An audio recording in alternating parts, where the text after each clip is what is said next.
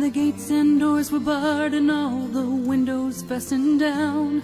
I spent the night in sleeplessness and rose at every sound, half in hopeless sorrow and half in fear the day would find the soldiers breaking through to drag us all away. And just before the sunrise I heard something at the wall. The gates began to rattle and a voice began to call. I hurried to the window, looked down into the street, expecting swords and torches and the sound of soldiers' feet. But there was no one there but Mary, so I went down to let her in. John stood there beside me as she told me where she'd been. She said they moved him in the night and none of us knows where.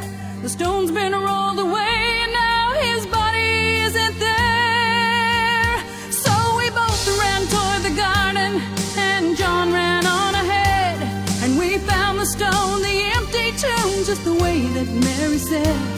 But the winding sheets they'd wrapped him in was just an empty shell, and how where they'd taken him was more than I could tell.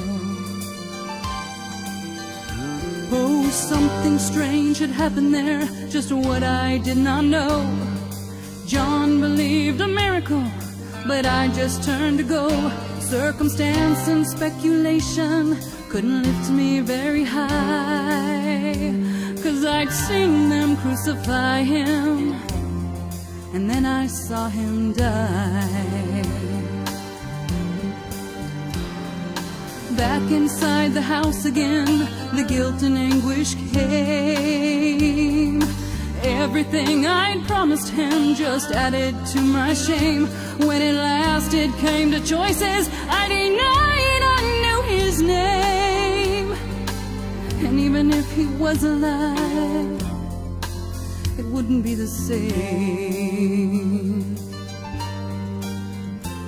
But then suddenly the air was filled with a strange and sweet perfume.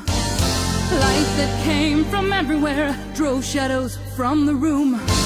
And Jesus stood before me with his arms held open wide. And I fell down on my knees and I just clung to him and cried. And then he raised me to my feet, and as I looked into his eyes, the love was shining out from him like sunlight from the skies.